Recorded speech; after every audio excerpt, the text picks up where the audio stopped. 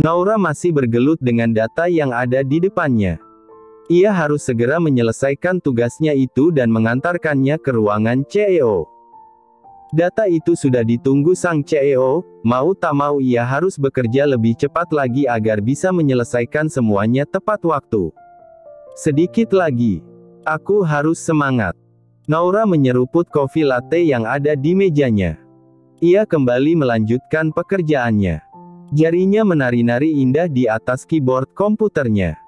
Mata indah itu terus fokus menatap layar komputer di depannya. Ia begitu larut dalam pekerjaannya itu. Huff. Akhirnya selesai juga. Naura melirik jam yang melingkar di tangannya. Sudah lewat makan siang, aku harus segera mengantarkan dokumen ini ke ruang CEO, data ini pasti sudah ditunggu. Naura merapikan dokumen yang akan dibawanya dan bergegas melangkahkan kaki menuju ruangan CEO. Di depan ruang CEO, Naura melihat Bagas yang sedang asyik bermain handphone, sehingga tidak menyadari kehadiran Naura. Pria itu tampak fokus menatap benda pipi itu.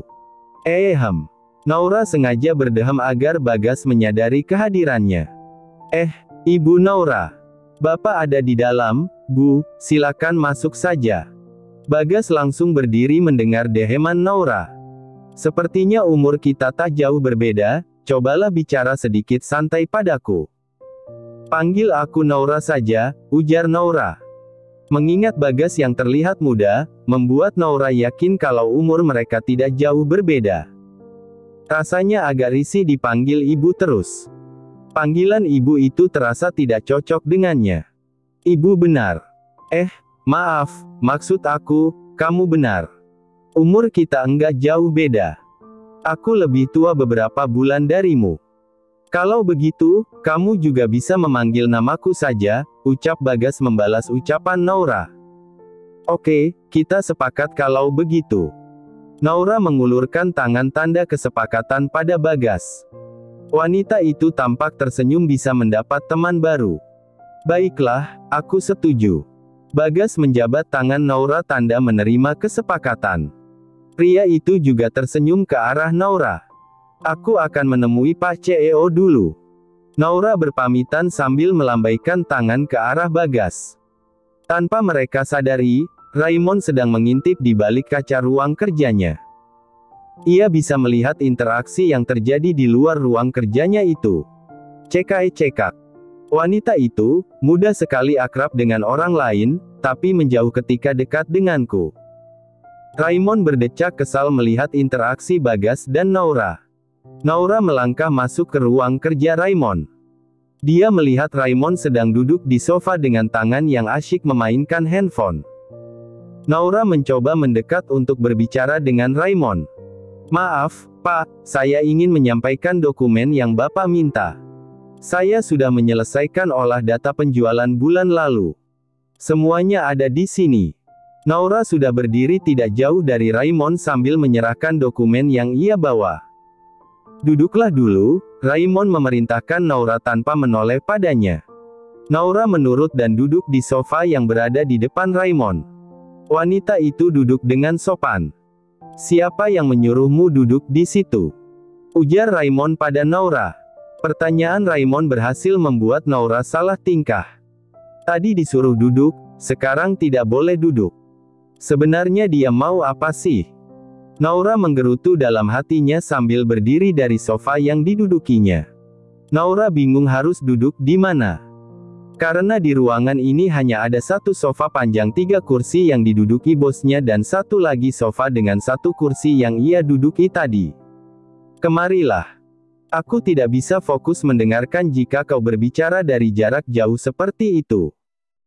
Raymond menepuk-nepuk tempat kosong yang ada di sampingnya, seakan meminta Naura untuk duduk di sampingnya.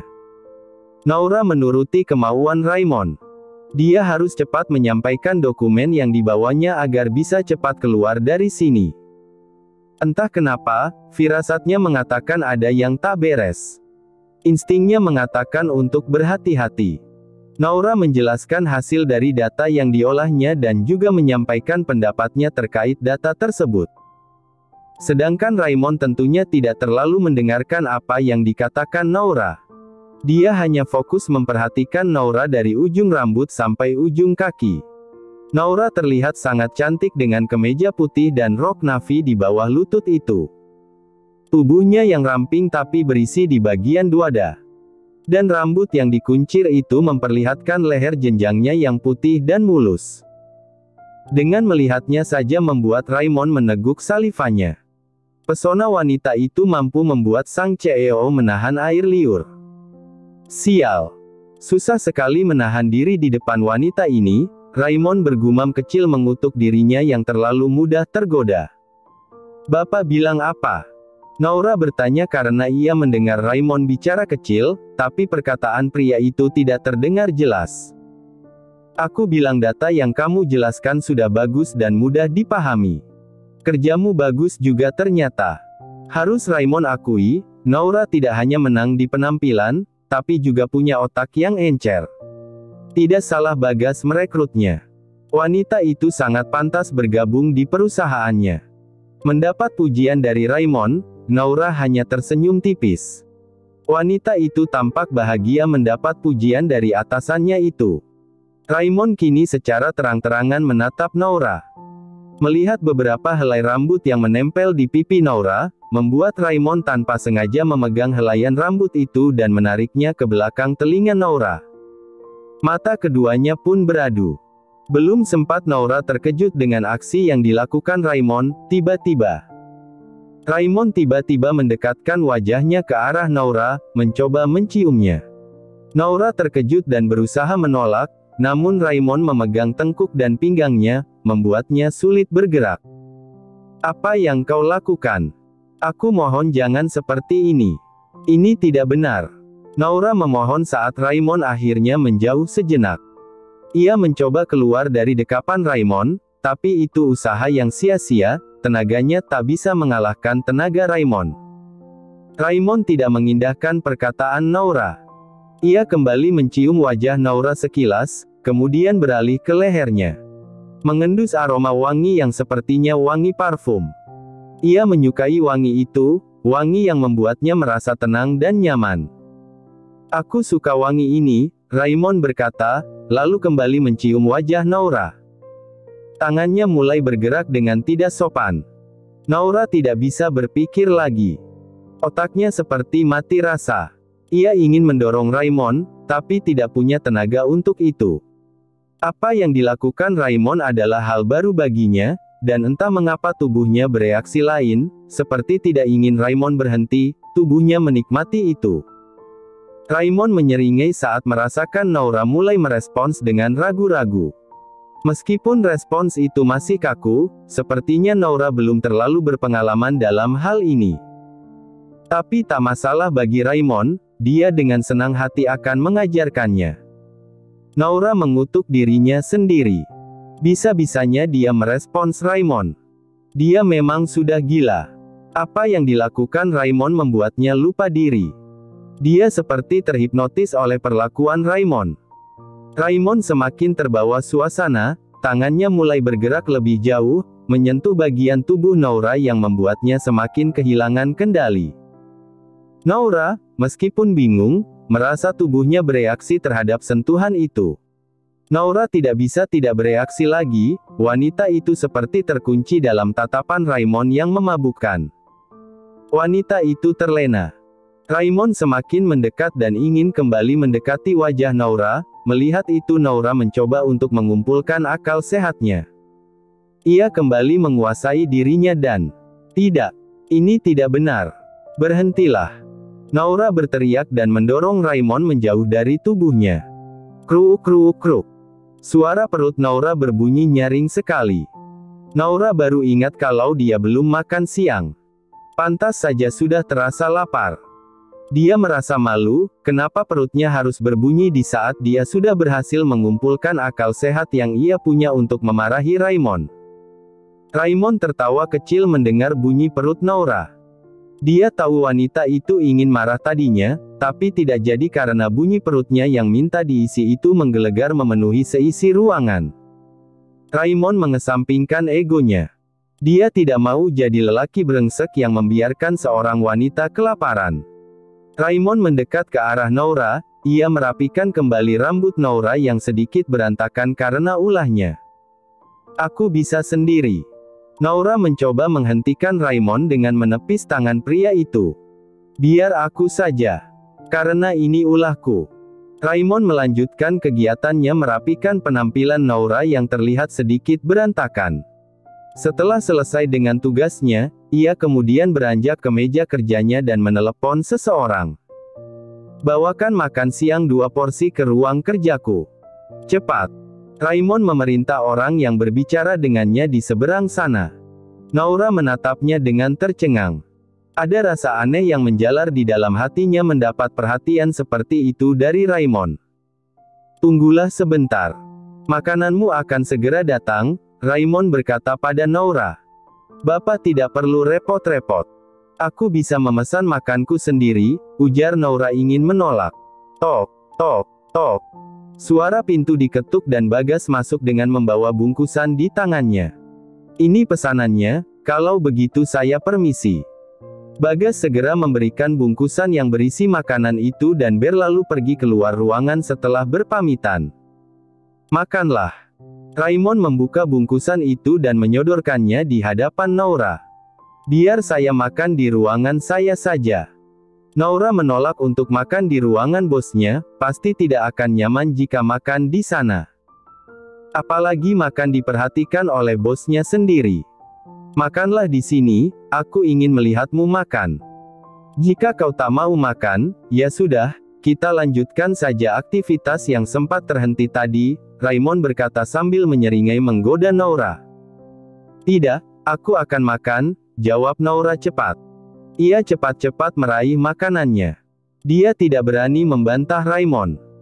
Daripada berakhir seperti tadi, lebih baik dia makan saja, pikirnya. Dia makan dengan lahap, sepertinya dia memang sangat kelaparan. Semua makanan Noura sudah habis.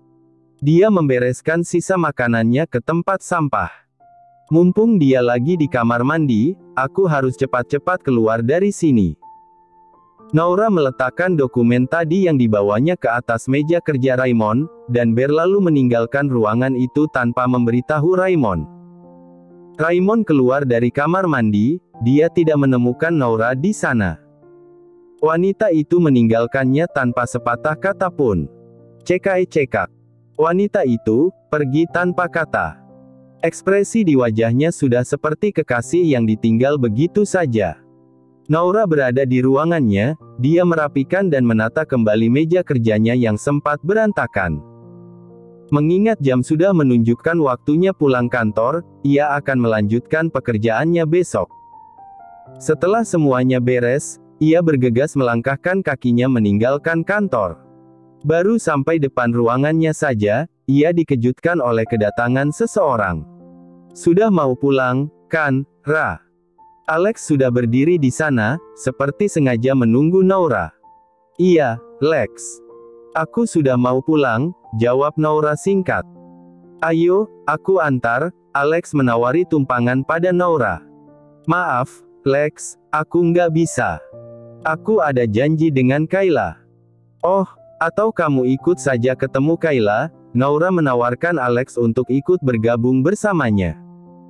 Mengingat Alex sudah lama tidak bertemu Kayla. Oke juga, Ra, gaskan. Alex menjawab dengan penuh semangat. Mereka pun berangkat menuju kafe tempat janjian dengan Kayla. Sesampai di sana, mereka mencari posisi tempat duduk yang nyaman untuk bercerita. Noura menatap layar handphonenya, ada notifikasi dari Kayla yang belum dibukanya. Kayla bilang dia agak telat, karena terjebak macet. Kita disuruh pesan duluan, katanya, ujar Noura pada Alex. Oh, ya udah, kita pesan aja. Alex melambaikan tangan kepada waiter. Dia memesan minuman untuknya dan Noura. Sambil menunggu Kayla datang. Selang beberapa menit, yang ditunggu akhirnya datang juga. Kayla memasuki kafe dengan elegan. Penampilannya sangat stylish. Sepertinya dia pulang dari pemotretan, atau memang sengaja berpenampilan terbaik untuk datang ke sini. Hai, Ra, hai, Lex. Maaf ya, aku telat. Kayla memeluk keduanya secara bergantian. Nggak masalah kok, Kai, kami juga baru sampai. Iya, kan, Lex? Ujar Naura. Iya, Kai. Tenang aja, santuy. Oh ya, kita pesan lagi, ya. Alex menanggapi dengan bergurau. Mereka pun asyik bercerita mengingat masa lalu. Tawa mereka pun pecah mengingat masa-masa zaman kuliah dulu.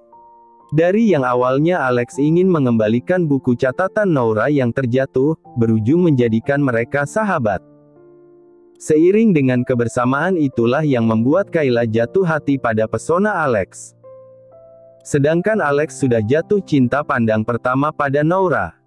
Itu juga salah satu alasan Naura untuk menolak pernyataan cinta Alex.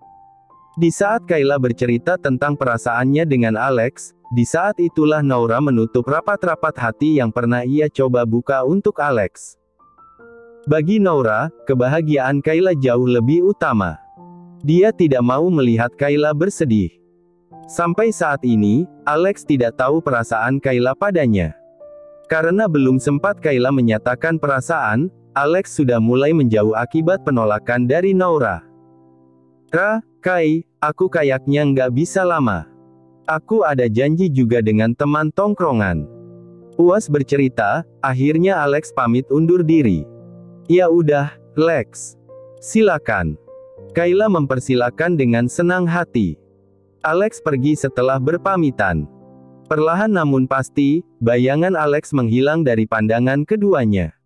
Mereka pun melanjutkan obrolan yang sudah lama mereka rindukan. Kerjaanmu gimana, Ra? Aman, kan? Kayla membuka obrolan soal pekerjaan Naura. Sampai saat ini aman terkendali, Kai. Ingin sekali rasanya Naura menceritakan kejadian dia dan CEO, tapi ia tahan. Ia tak ingin membuat Kayla khawatir. Syukurlah, Ra. Kamu jangan terlalu dekat, ya, dengan CEO-mu itu.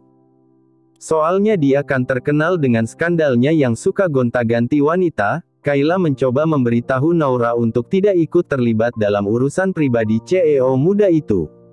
Dek. Jantung Naura berdegup mendengar perkataan Kayla. Bukannya itu hanya sekadar kabar burung saja. Ujar Naura. Bukan, Ra. Kau tahu, tadi aku bertemu dengan salah satu mantannya. Namanya Eve, dia model sama denganku. Dia dicampakkan Raymond begitu saja tanpa alasan. Pokoknya, kamu jangan terlalu dekat dengannya, ujar Kayla memperingatkan sahabatnya itu. Mendengar cerita Kayla, membuat Naura lebih memantapkan hatinya lagi untuk dapat melawan Raymond jika ia berbuat kurang ajar lagi. Naura tidak mau jadi wanita yang bisa dipermainkan Raymond sesuka hati.